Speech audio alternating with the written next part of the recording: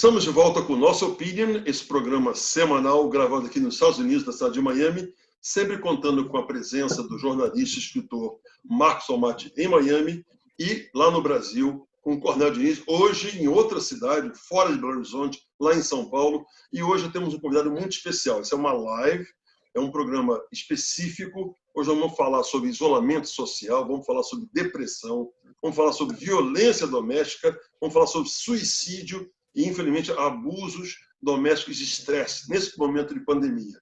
E junto conosco hoje, aqui nos Estados Unidos, lá na cidade de Deerfield Beach, aqui no sul da Flórida, o nosso amigo Jonathan Hall, que eu vou tomar a liberdade hoje, Jonathan, de fazer a sua apresentação. Aliás, tem aqui 84 páginas, eu vou ler só uma. Jonathan Hall é americano, olha que coisa, americano, mas ele foi criado no Brasil, que os pais eram missionários, lá na cidade do Cornélio, lá em Belo Horizonte. Ele é cruzeirense, ele, quando jovem, serviu em vários projetos missionários, em diferentes países e partes do mundo. E um projeto chamado Jocum, que é Jovens com uma Missão, que era o projeto quando ele era mais jovem. Ele regressou ao Brasil, no início dos anos 80, começou a servir na Igreja Quadrangular, é uma igreja que tem cerca de 20 mil igrejas no Brasil, e se tornou também pastor. Serviu como diretor de missões da Igreja Quadrangular no Brasil, serviu como coordenador regional da América Latina. Em 2007, o Jonathan e sua esposa Beth mudaram para Los Angeles com as suas 3 filhas. Ele assumiu a posição de vice-presidente mundial e diretor de missões de mais de 105 mil igrejas quadrangular em todo o mundo, que hoje tem mais de 8 milhões de fiéis.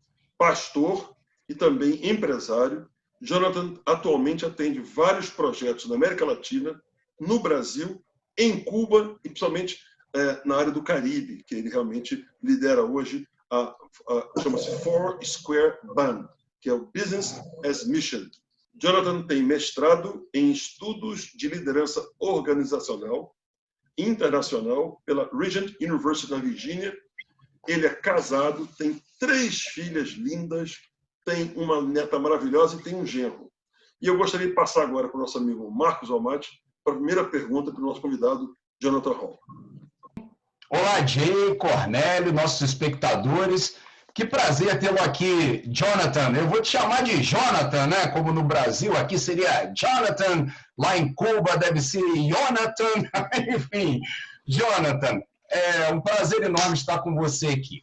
Você sendo pastor, lidando com tanta gente no mundo inteiro, numa época dessa de pandemia, dá para se preparar para uma coisa que nunca aconteceu antes na história, pelo menos na nossa história, nós que estamos vivos atualmente, e como é que você transmite isso para os seus fiéis?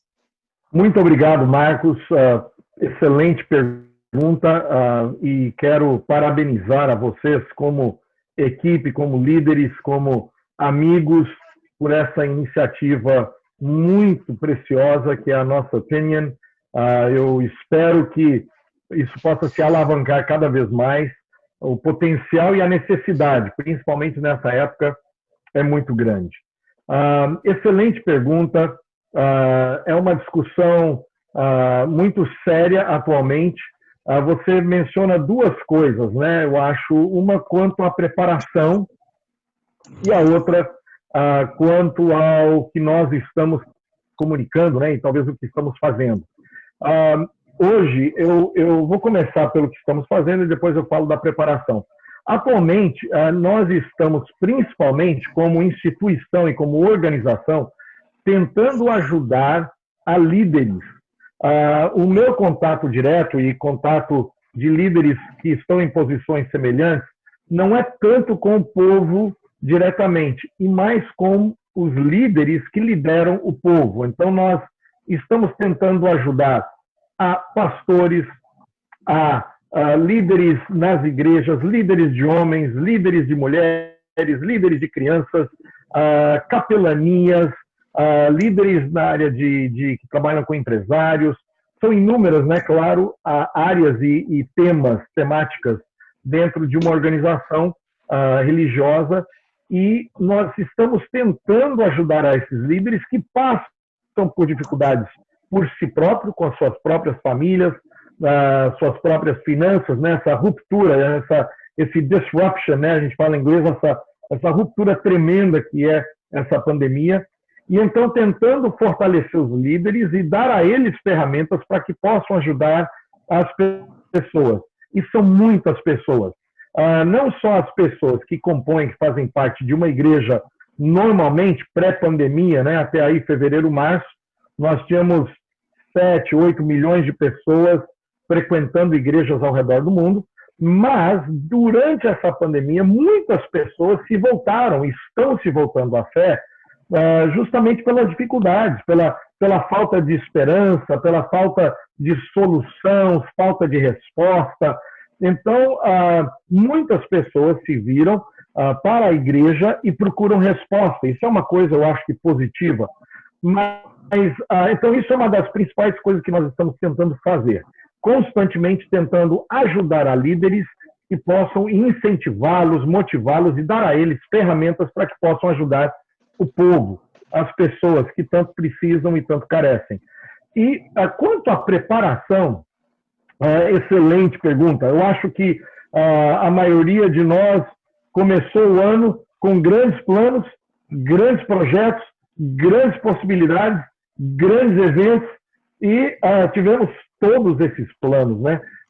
Completamente alterados, completamente, surpreendentemente, né? Portas fechadas, vamos mudar tudo e vamos trabalhar de forma diferente. Eu acho que a melhor preparação eu chamaria de uma vida saudável, né? Uma vida que não está esticada ao máximo, esticada até o ponto da falta de saúde, tanto a nível de ritmo de vida, quanto a programática, né, de trabalho, saúde, claro, físico também, emocional, saúde da família, e eu acho que a gente talvez, né, possa falar sobre isso daqui a pouquinho, mas a saúde emocional, a saúde familiar, a saúde relacional é talvez isso, né, toda essa situação vem nos lembrar muito da importância, da prioridade, que é termos as bases saudáveis para que quando vierem desafios como esse e tantos outros, né, que enfrentamos, nós possamos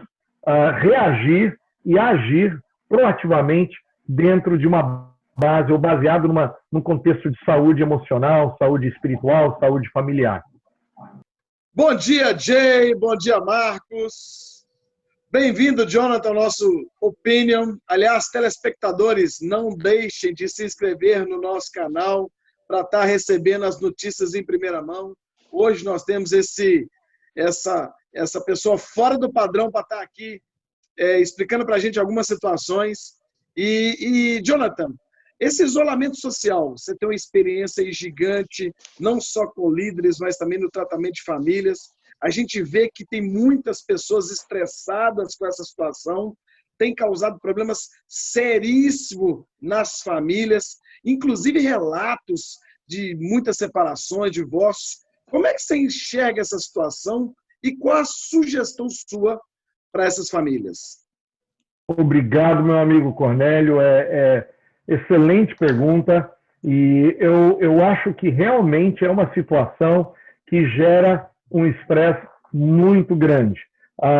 Nós temos, eu acho que hoje, uma situação que eu compararia com a palavra compressão. Nós estamos tendo uma série de coisas em nossas vidas comprimidas, apertadas, aceleradas.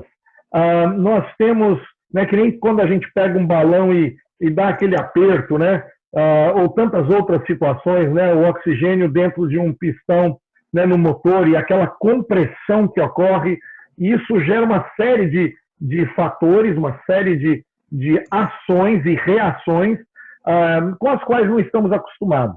E eu compararia realmente esse tempo de isolamento, de quarentena, e eu confesso, eu não tenho sido um bom quarentenador. Para mim é muito difícil não ver o meu amigo Jay, a nossa amiga Mara e outros amigos.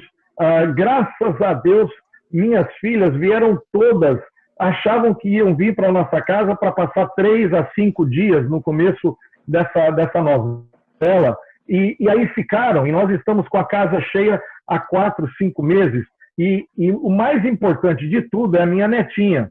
Eu já disse para a minha filha que ela pode até ir para outro canto, mas contanto que deixa a netinha aqui com a gente. Mas falando sério, essa situação é uma compressão, e como eu mencionei há poucos minutos atrás, depende muito do ponto de partida.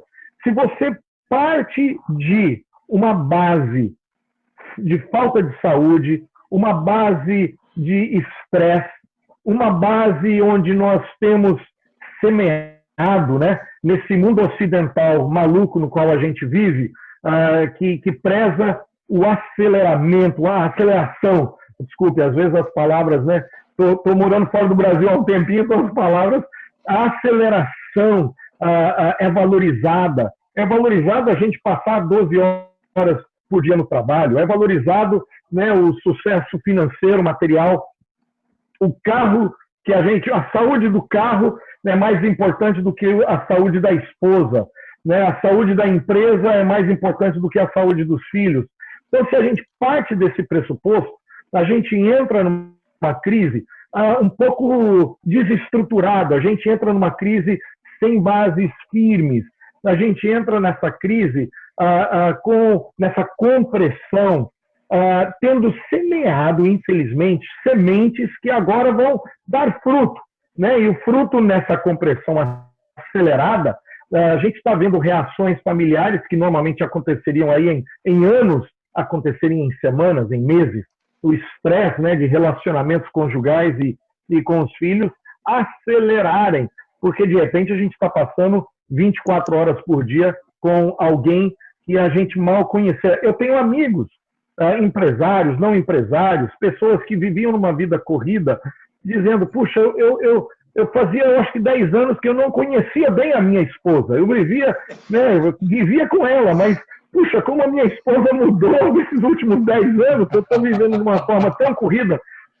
Outros dizendo, puxa, eu não conhecia meus filhos, mas como eles mudaram? Eles têm prioridades diferentes agora, algumas das quais eu não concordo, mas tudo isso é uma situação, eu acho que o ponto de partida é extremamente importante. Agora, isso serve de desânimo? De forma nenhuma. Eu acho que nós temos que sentar, avaliar, estar disposto a mudar, estar disposto a refletir e examinar os nossos próprios valores. E eu queria sublinhar uma coisa aqui, Cornélio, que é muito importante. Eu estou aqui falando com 3 outros homens maduros. Eu não sei, claro, a situação familiar de cada um, mas eu quero incentivar aqui, sublinhar o papel do homem nesse processo. Nós estamos um pouco acostumados a relegar, né, a família para a esposa, relegar a situação aí dos filhos para babás ou para a esposa, etc. Eu queria sublinhar, uma das maiores crises, eu acho que está acontecendo, é da nossa masculinidade. Os homens estão se deparando com o fato de que estavam envolvidos em tantas outras coisas e agora a gente está tendo que realmente se envolver com a família, com os filhos, com a esposa, com uma relação que talvez estava estressada e dificultada, né? Eu quero incentivar aí, eu quero dizer que é uma oportunidade. Toda crise é uma oportunidade, mas ela passa a ser uma oportunidade se nós tivermos uma perspectiva saudável de reflexão, de reconhecimento de erros, reconhecimento de que talvez nós plantamos algumas sementes aí na família ou na relação conjugal que não eram das melhores, e não é tarde para nós plantarmos melhor, para nós semearmos coisas melhores, para nós aprendermos como homens a ouvir e escutar, coisa que normalmente a gente não faz bem. Eu, pelo menos, não sou muito bem nessa área, não era bom, minha esposa tem me ajudado muito a melhorar, mas é realmente um tempo de compressão e nós temos uma oportunidade, e eu quero sublinhar aqui o papel de liderança do homem. É momento de nós liderarmos, sim, através de semearmos boas sementes, aprendermos a ouvir, talvez um pouco mais de humildade, talvez um pouco mais de uma atitude de servo, de ajudar as nossas esposas a carregar jugos, né? Que elas têm carregado por anos. De repente, nós podemos ajudar e surpreendê-las, surpreender os filhos com investimentos de tempo, investimentos de priorização, investimentos. Então, eu quero dizer, algumas pessoas entraram e eu acho que passaram algumas semanas, os primeiros meses, houve a palavra esperança, né? A esperança é algo muito poderoso no ser humano. E muitas pessoas perderam a esperança. Eu gostaria de incentivar a todos que há esperança, sim, mas é necessário mudança, é necessário reflexão, é necessário, às vezes, correções, é necessário humildade, e às vezes essas coisas são um pouco difíceis, principalmente para nós homens. Ô, Jonathan, eu queria falar uma coisa, aproveitar o seu gancho, e queria te perguntar uma coisa importante. Essa compressão que você falou, essa convivência, tudo isso é uma fase que nós estamos passando. E, infelizmente, a depressão das pessoas, os grandes estresse, a depressão e, em alguns casos assim, máximos, o suicídio, isso tem ocorrido com bastante frequência. Você pode falar um pouquinho sobre esse delicado assunto? Sem dúvida nenhuma. Os números são realmente preocupantes. É um excelente tema. Aliás, os temas que vocês estão, né, trabalhando são temas excelentes, são temas de prioridade, de importantíssimos. E esse é um deles. Nós temos um amigo, o Lucas, deputado, Lucas Gonzalez, que lá de Belo Horizonte, inclusive, de Belo Horizonte, família Gonzalez, um pessoal que é muito amigo, e ele lidera a comissão no Congresso que justamente visa trabalhar a área do suicídio. Eu quero dizer para vocês, isso é sério, a depressão é séria, a estimativa nos Estados Unidos é de um aumento de 300% na depressão durante esse período. Não foi 300% o aumento de suicídio, mas de depressão o aumento tem sido muito significativo. E isso é seríssimo. Eu quero comentar 2, 3 coisinhas rápidas. Primeiro, eu gostaria de dizer o que, na minha opinião, é a menor das soluções.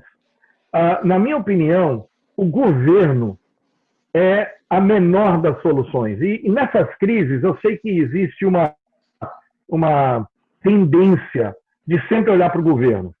Gente, eu pessoalmente, na história humana, o governo é necessário, o governo é uma coisa muito boa, mas na história nós temos inúmeros exemplos da ineficácia, do fato de o governo, muitas vezes, ser uma das ferramentas mais ineficientes, né, de governança. Então, o governo é necessário, mas muitas vezes nessas crises a gente quer culpar o governo de tudo. E aí a gente cai nessa onda aí de polarização, de politização, de pandemia, que é um verdadeiro absurdo. Nós estamos, infelizmente, numa crise, e aí, em vez de juntarmos forças, né, e nos unirmos e trabalharmos juntos, a gente começa a culpar né, ao outro pelo que foi feito ou pelo que não foi feito. É uma coisa incrível, mas isso é na natureza humana. Mas voltando, quanto a esse tema especificamente, na minha opinião, o governo ajuda, é uma bênção, é bom, mas não é solução. Nós precisamos olhar, incentivar, encorajar, como estávamos falando agora, dos pontos de partida, o que é que tem afetado mais a família? O que é que tem afetado mais os casamentos? O que é que tem afetado mais as depressões? Por que você tem um índice altíssimo de depressão, encarceramento, essa palavra está certa, e para a cadeia, encarceramento está certo em português? Sim. Encarceramento, drogas, dos filhos de mães solteiras. Por que nós estamos tendo uma explosão de mães solteiras?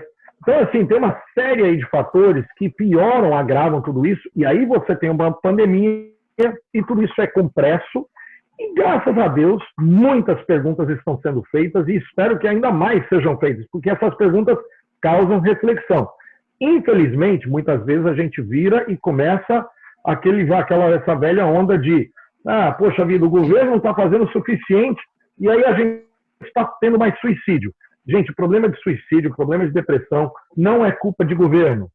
O governo pode fazer alguma coisa? Pode. Lá no Brasil, nós temos a ministra Damares, né, fazendo pirueta, se desdobrando de todas as formas possíveis, criando o Disque 100, todas as ferramentas possíveis no Brasil para ajudar as pessoas a poderem denunciar, o que é ótimo, mas aí nós estamos falando de uma denúncia do fato que já aconteceu, né? Uma denúncia de uma violência doméstica que já aconteceu.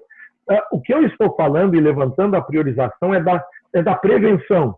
Vamos trabalhar mais o preventivo. Sim, vamos ajudar a situação quando ela ocorre. Mas como é que nós podemos fortalecer casamentos, fortalecer famílias, fortalecer relacionamentos conjugais através de uma priorização dessa saúde familiar? E aí a gente volta a falar de princípios que, na minha opinião, são princípios eternos, são princípios também bíblicos, né? São princípios desde lá. Por que há 4.000 anos atrás nós tínhamos também maridos e esposas tendo dificuldade? Possivelmente porque isso é uma situação, né? Uma dificuldade, um desafio milenar, né? Que são o casamento, o relacionamento conjugal, o relacionamento familiar. Eu começo por aí, Jay. Eu acho que nós precisamos conversar sobre o suicídio que ocorreu, claro, ajudar as famílias com o luto terrível aonde isso acontece, sem dúvida. Mas eu quero brigar em cima do preventivo. Eu quero brigar em cima da priorização dos nossos filhos. Eu quero brigar em cima de princípios e fortalecimento de famílias, né? Nós sabemos que quando você fortalece a família, quando você aumenta o número de filhos que estão sendo criados numa casa onde tem um pai e uma mãe, a incidência de drogas, depressão, cadeia, crime, depressão e suicídio cai drasticamente. Cai drasticamente. Por quê?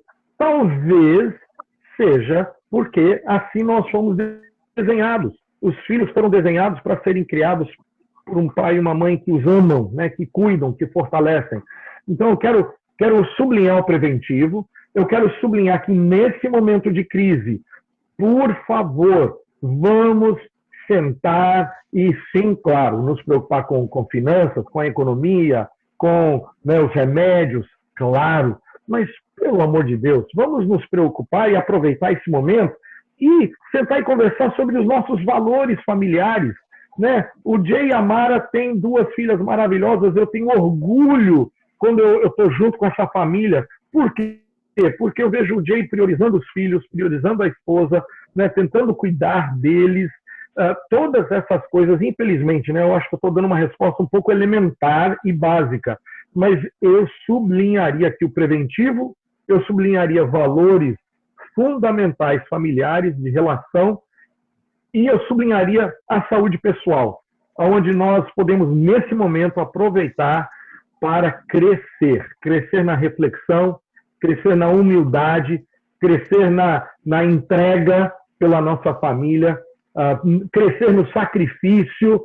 Meu Deus, essa palavra, né? A gente evita a palavra sacrifício de todo jeito. Experimente passar uma semana servindo e se sacrificando pela tua família, pelos teus filhos, pela tua esposa. Eu te garanto que a semana seguinte você não vai acreditar o que vai acontecer. A tua família, a tua casa vai ser um outro ambiente. Quando nós, como homens, lideramos em sacrifício, em entrega, em humildade, em integridade. Desculpa, né, voltar nesse ponto, Jay, mas eu acho fundamental nós, como homens, nos levantarmos e sermos homens.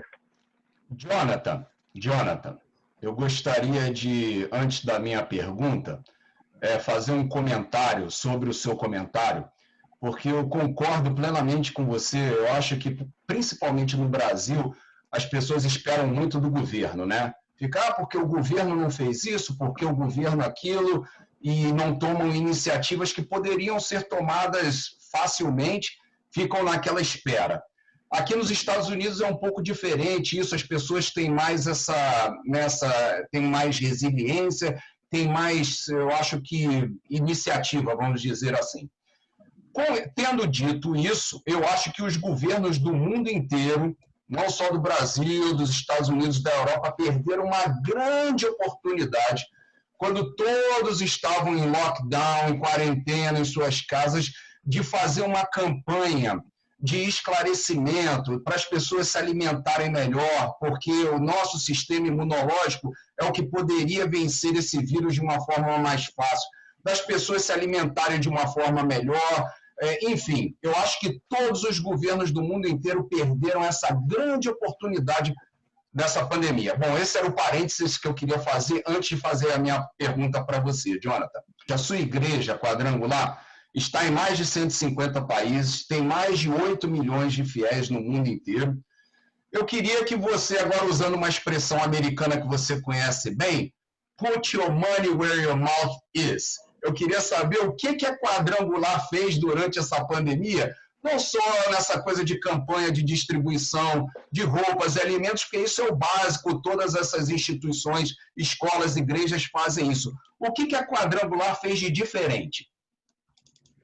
Fantástico. Eu quero, né, elogiar teu comentário, concordar com ela. Né? Tantas vezes a expectativa, né, o solucionamento está tudo em cima do governo e muitas vezes a solução está em outra parte, né? Sem dúvida nenhuma. Muitas oportunidades foram perdidas. Eu concordo em número, gênero e grau. O que a Quadrangular tem feito? Excelente pergunta. Nós tem variado, eu responderia descrevendo a variedade de situações que nós temos nesses contextos. Né? Primeiro você tem um contexto principalmente latino-americano, depois você tem um contexto europeu, você tem um contexto da América do Norte, você tem um contexto africano.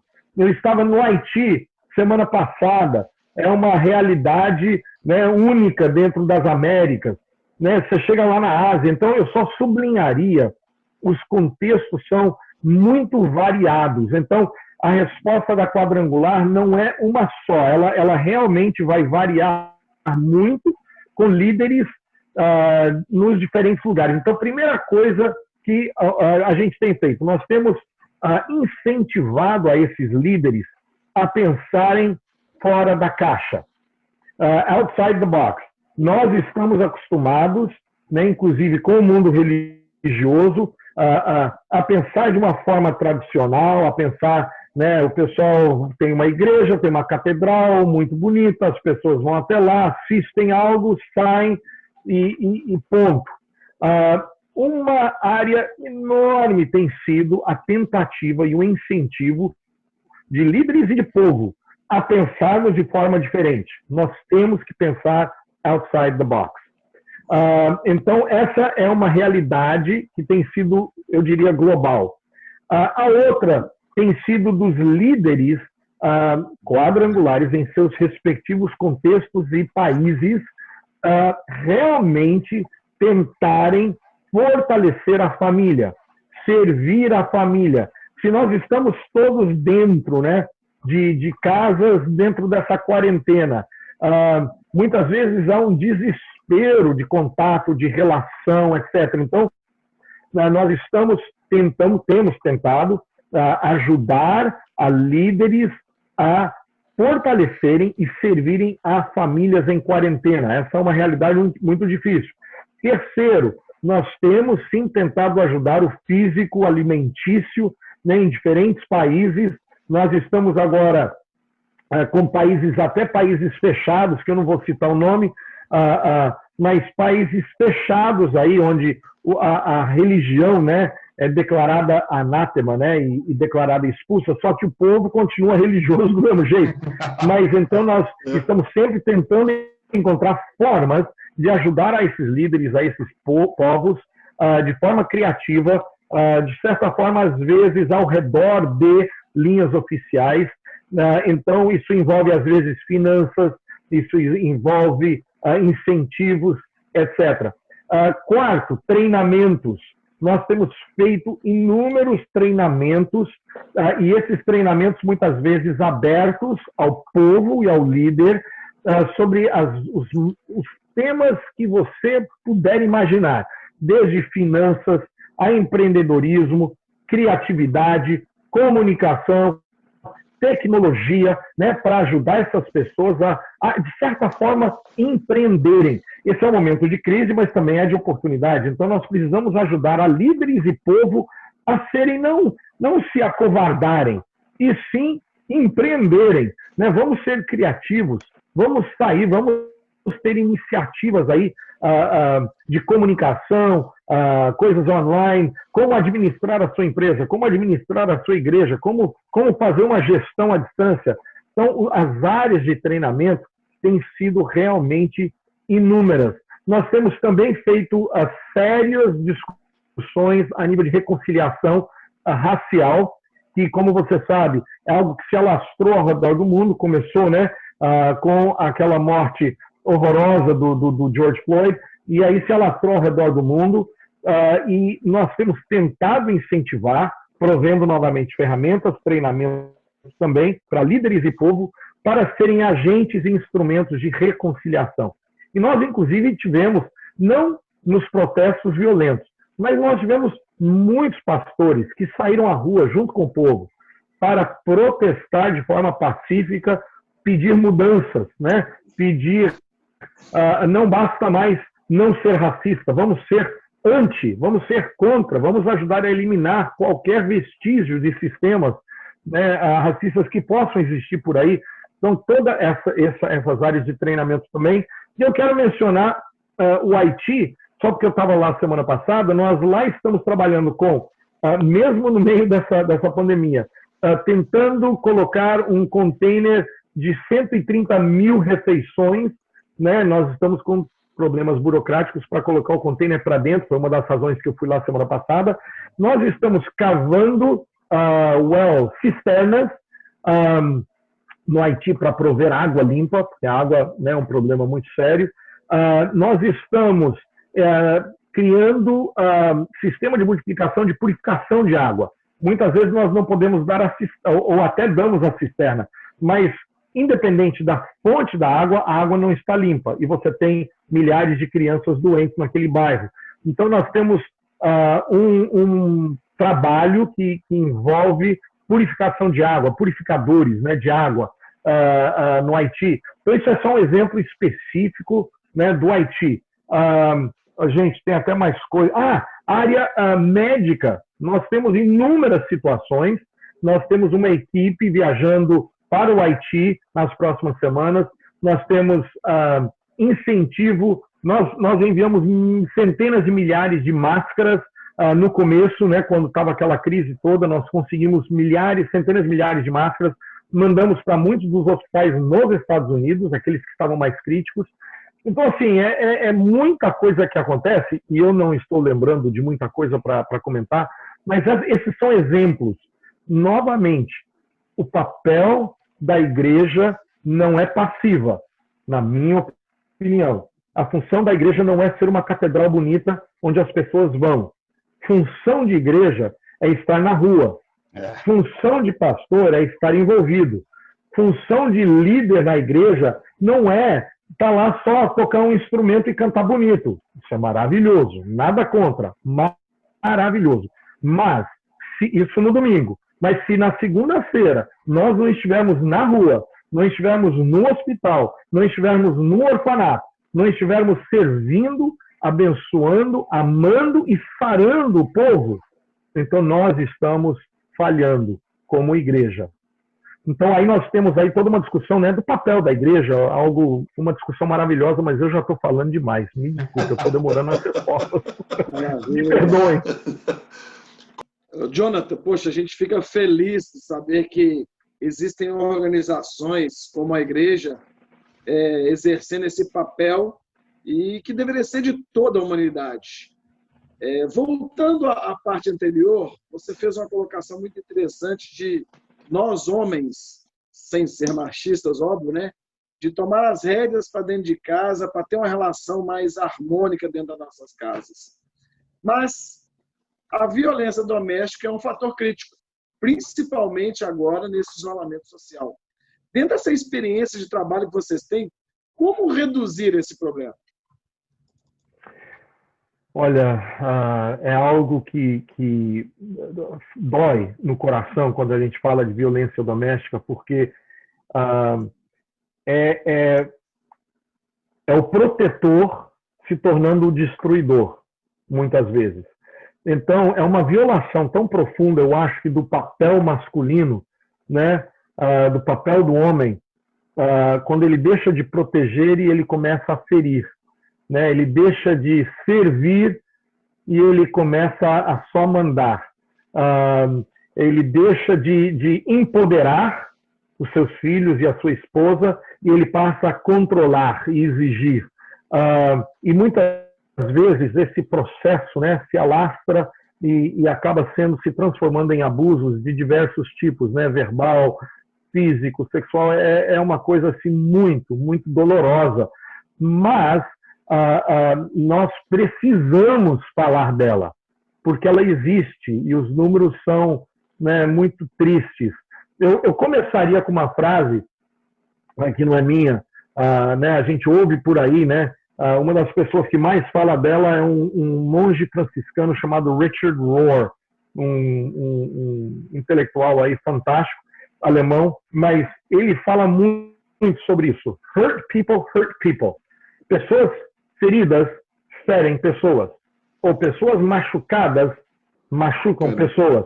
Então, a gente começa essa discussão, sim, urgentemente lidando com a consequência, mas urgentemente também falando do agressor.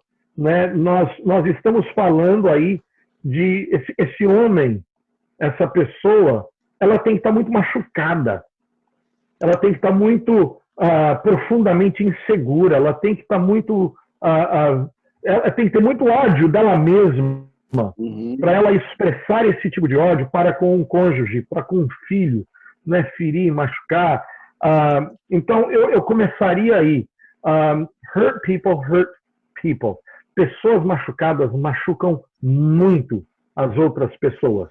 Então, sim, meios de denúncia, meios de proteção, meios de acesso, né, de empoderamento à mulher, tudo isso é fantástico. Mas que triste que essas coisas, novamente, são todas pós-fato, né? São todas back-end, né? São todas lidando com o resultado, a consequência e a sequela de alguém já ferido, abusado, né, violentado. Então, todos esses métodos e esses meios e essas ferramentas precisam existir e cada vez melhor, né, de empoderamento para que um filho, uma criança, uma mãe, uma mulher possa pedir ajuda, sem dúvida. Ao mesmo tempo, nós precisamos urgente conversar novamente, não só sobre o suicídio ocorrido, mas qual é a depressão e qual é a causa que nos leva nessa direção. Então, eu quero falar, nós temos aí no meio cristão muitos movimentos que visam justamente ajuda para o homem, fortalecimento para o homem, cura e sarar esse coração que muitas vezes está machucado, estressado, bêbado, drogado, né, todos esses estresses atuais, né, do modelo de sucesso ocidental. Porque aí a gente precisa também conversar um pouquinho, né, sobre esse modelo de sucesso que gera um pai e uma mãe completamente estressados. Né? Então, precisamos conversar sobre o modelo, precisamos conversar novamente sobre o preventivo, sobre o fortalecimento do ser humano, né, do homem como pai, e não esquecendo que, infelizmente, meu Deus do céu, outro dia, né, uma situação aqui que eu estava lendo de uma mãe, né, que abusou das crianças, né, teve uma mãe que vocês acompanharam na Flórida, né, que tentou matar o filho, né, afogando esse filho. Então, assim, são coisas realmente que a gente lê e a gente precisa sim lidar com a sequela e a consequência, mas, meu Deus do céu, como podemos ajudar essa mãe, como nós podemos ajudar esse pai, esse casal, né? Como eu brigo em cima do preventivo, eu brigo em cima do proativo, porque todas essas ferramentas e as sequelas, né, são reativas, a gente está reagindo ao problema ocorrido, né? Precisamos brigar pela saúde individual. Eu, como pessoa, né, esse modelo masculino ocidental, né, do super-homem, eu não preciso de ajuda, eu não preciso pedir ajuda, eu não preciso de aconselhamento, eu não preciso de descanso. Meu Deus, né, nós precisamos derrubar esse modelo, que é um modelo falido. E quando a gente vê violência, abuso doméstico acontecendo numa família, o modelo estressado ocidental é uma demonstração, é uma consequência, é um sintoma de um modelo de pai super, né, aquele super-homem que é falido. Precisamos trabalhar, precisamos ajudar, precisamos, né, chegar junto com princípios, conteúdo, treinamento, leitura, reflexão, descanso, e aí por aí vai afora, mas novamente eu estou demorando demais. Me perdoe. Jonathan, você já respondeu a minha última pergunta que eu tinha para você, então eu vou modificá-la um pouquinho. Eu queria saber, nessas épocas de dificuldade, ou quando a gente passa por uma dificuldade, a tendência do ser humano é se voltar para a espiritualidade, qualquer que seja ela, e normalmente isso acarreta uma procura de uma religião. Mas há também o oposto. As pessoas que nesses momentos falam, poxa, se Deus é tão bom, se Deus é essa figura magnânima, por que Ele está permitindo que um planeta inteiro sofra com uma pandemia? Em poucas palavras, porque a gente já está terminando a nossa live, Jonathan, eu sei que é difícil essa pergunta, mas o que você responderia para uma pessoa que falasse isso para você, ou que perguntasse isso para você? Primeiro, eu incentivaria a continuar perguntando e indagando, porque essas perguntas nos fazem novamente refletir, pensar e indagar. Segundo, nós temos que conversar um pouco sobre o nosso modelo ocidental e a nossa visão do sofrimento, né? Então, a pergunta vem de uma base ocidental que considera o sofrimento como algo que Deus não deveria permitir, que é horrível, o sofrimento é negativo, né? Na cultura ocidental, nós queremos conforto, né, e ausência de sofrimento algum. E é uma das razões pelas quais a gente não consegue aceitar uma pandemia dessa, porque nós queremos controle, né, nós fomos criados, né, nós estudamos sobre controlar, gestão, né, explicação, lógica, tudo isso, e de repente vem essas situações completamente fora do nosso controle, completamente, né, que jogam essas premissas, espremem essas premissas, e essas respostas tão lógicas que nós estamos tão acostumados com elas. Então, eu incentivo realmente a indagar, eu incentivo a conversar um pouquinho mais profundamente, não temos tempo para isso, sobre o que é o sofrimento, por que existe o sofrimento. Né? Dando um exemplo, né, das escolas públicas americanas, né, nós tivemos uma pessoa que chegou e reclamou da violência e das drogas que estavam acontecendo dentro da escola pública americana, do high school, daquele high school, e esse professor estava xingando, basicamente, né? Que absurdo, né? Não é possível, Deus não existe se está acontecendo isso aqui nessa escola. E uma pessoa respondeu para ele, mas olha, há uns 20 anos atrás, nós não tiramos Deus dessa escola, nós não tiramos a Bíblia dessa escola, nós não tiramos, né, princípios, valores cristãos dessa escola. Eu acho que talvez essa escola está justamente, né, nós estamos enfrentando o que é a ausência de Deus. Então é muito interessante essa discussão do papel de Deus, quem é Deus e o sofrimento. Mas o meu primeiro incentivo, Marcos, é continue perguntando, né? Pegue uma Bíblia, pegue alguns livros bons para ler, procure pessoas para conversar, né? Vocês, o Jay, o Marco e o Cornélio, continue assistindo Nossa Opinion, que você vai ter mais respostas também para a sua vida de forma muito prática. Mas excelente pergunta, e realmente é difícil entrar nela em poucos segundos, mas ela é boa. E aí, telespectadores? Sensacional esse programa, né? Você que está aí, ó, pega agora aí, faça uma indicação aí para um amigo, para um conhecido, porque é muita informação. São assuntos que a gente tem tido a colaboração de especialistas em segmentos e que tem dado muito conteúdo para a gente. Há 2 semanas atrás, Jonathan, eu estava conversando com um amigo empresário e ele me disse: Cornélio, você lê a palavra constantemente? Eu falei: eu estou lendo. Ele: pois é. Você estudou muito economia, você estudou muito administração. Aqui, pega Provérbios, estuda pra caramba que você vai entender que está tudo lá. Eu falei: perfeito, e é a pura verdade, está tudo lá. E a pergunta que eu lhe faço você coordena essa quantidade gigantesca de igrejas, de líderes, e, óbvio, são diversos países. Em relação aos fiéis brasileiros especificamente, como é que eles são perante, por exemplo, aos caribenhos, aos norte-americanos, principalmente nesse momento? Como é que eles estão? Como é que é a situação? Você percebe diferenças significativas? Excelente pergunta, meu Deus do céu. E novamente eu vou tentar me disciplinar, Jay, e não levar tempo demais, me perdoem. As diferenças culturais são fantásticas. Eu estava semana passada, né, no Haiti, e eu confesso, a gente se surpreende. Né, eles não têm uma taxa alta de infecção, né, eles têm uma preocupação. Eu acho que o total até agora está 8 mil, 10 mil casos, né, na pandemia inteira. Eles não estão usando máscara. Se eu mandar foto para você, você não vai acreditar. Eu saí do aeroporto e eu vi, durante 3 dias que eu estive lá, eu vi, depois de sair do aeroporto, umas 6 máscaras, e eu vi muita gente. Então, assim, são realmente realidades muito diferentes.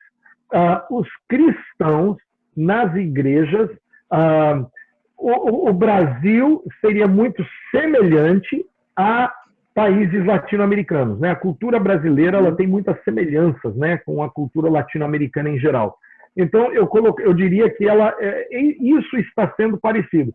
No Brasil está havendo uma politização maior, né, do que a maioria dos países da América Latina, né? Essa pandemia não é culpa, né, do Bolsonaro e também não é culpa do PT. Não tem direita e esquerda, não tem culpa, né, política nesse processo. Então, nós tivemos no Brasil, né? Eu tenho amigos que disseram assim que eles pararam de comentar alguma coisa sobre a pandemia, porque tudo que eles falavam, um amigo da esquerda, né, se era favorável, criticava, ou da direita criticava. Eles pararam de comentar. Então, essa politização, eu acho que está causando uma autocensura, né, censura dentro de famílias, dentro de conversas, assim, absurda. Então, eu acho que essa é uma grande diferença no Brasil, e você tem países como Haiti, onde as pessoas não têm, né, o Brasil, a gente esquece, né? Por favor, se tem alguém no Brasil nos ouvindo, lembre-se que o Brasil é abençoado, o Brasil é rico, o Brasil está entre, né, as 10 maiores economias do mundo. Você viaja para muito lugar e as pessoas ficaram muito felizes e gratas de mudarem para o Brasil, né? Aliás, né, tem gente que pede assim: Jonathan, como é que eu faço para mudar para o Brasil? A gente, claro, que está no lugar, né, reclama sobre onde nós estamos, né? Mas o Brasil não é um país miserável. O Brasil é um país abençoado. O Brasil é um país próspero, que sim, tem grandes desafios e dificuldades, mas vai superá-los. Eu acho que eu compararia, voltando à sua pergunta, desculpe, eu compararia a realidade dos cristãos dentro dessa pandemia no Brasil semelhante a alguns, né, um pouco mais aberto, porque, graças a Deus, a Colômbia, eu tenho amigo na Colômbia que não sai de casa há 5 meses. O governo está ainda na Colômbia total lockdown, né, não tem voo, é uma situação muito, muito diferente na Colômbia. Então, graças a Deus, o Brasil, as coisas estão começando, né, a voltar, está havendo uma liberalidade aí descoberta aí no processo. Existe tecnologia, existe internet, o pessoal tem internet em casa, tudo isso é fabuloso e dá ao Brasil uma série de vantagens aí, e aos cristãos no Brasil também essa vantagem. Vou copiar a frase do Cornélio Diniz. Gente, se vocês estão assistindo, e o nosso amigo Jonathan Hall falou, olha, se você no Brasil está assistindo, Jonathan, estamos mais de 20 mil pessoas no Brasil nos assistem, em mais de 21 países nos assistem, todos, inclusive pessoas da língua espanhola, pessoas que falam espanhol, assistindo o nosso programa em português, que é uma coisa muito interessante. Olha, gostaria de agradecer muito a sua presença e agradecer muito a você que está nos assistindo aí. Esse é Nossa Opinião Live, é um programa diferente, um entrevistado só.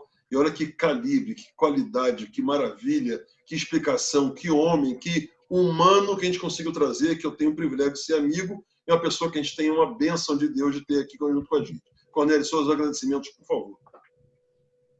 Jonathan, sinceramente, meu particular agradecimento, porque realmente não é só o conteúdo, mas uma lição de vida. E que tal nós, homens, tomarmos a atitude de melhorar dentro das nossas casas e depois começar no vizinho, no nosso prédio, no nosso bairro e compartilhar essa situação de tentar melhorar dentro da nossa casa e partir para todo o universo. É isso aí. Muito obrigado. Obrigado. Marcos, por favor, Marcos, sua vez. Jonathan, muito obrigado por participar do nosso Opinion. Eu espero que quando termine essa pandemia, você possa voltar a nos prestigiar aqui com a sua presença, porque eu gostaria muito de conversar com você sobre temas polêmicos, vamos dizer assim, tá? Mas depois que a pandemia acabar, a gente conversa de novo. Muitíssimo obrigado pela sua participação. Jonathan, muito obrigado. Sua vez, Jonathan. Olha, eu quero de novo agradecer, Jay, um amigo, um exemplo, uma família que nós amamos tanto. Muito obrigado. Marcos, Cornélio, parabéns pela iniciativa. Por favor, continuem. É necessário. E continuem tendo esses debates, essas discussões, né, tão saudáveis, tão boas. E para mim é um privilégio fazer parte desse processo. Eu estou aprendendo com vocês. Que Deus abençoe a vida de vocês. Muito, muito obrigado. Jonathan, muito obrigado. Obrigado a você, a sua família, essa família que a gente tem um grande carinho.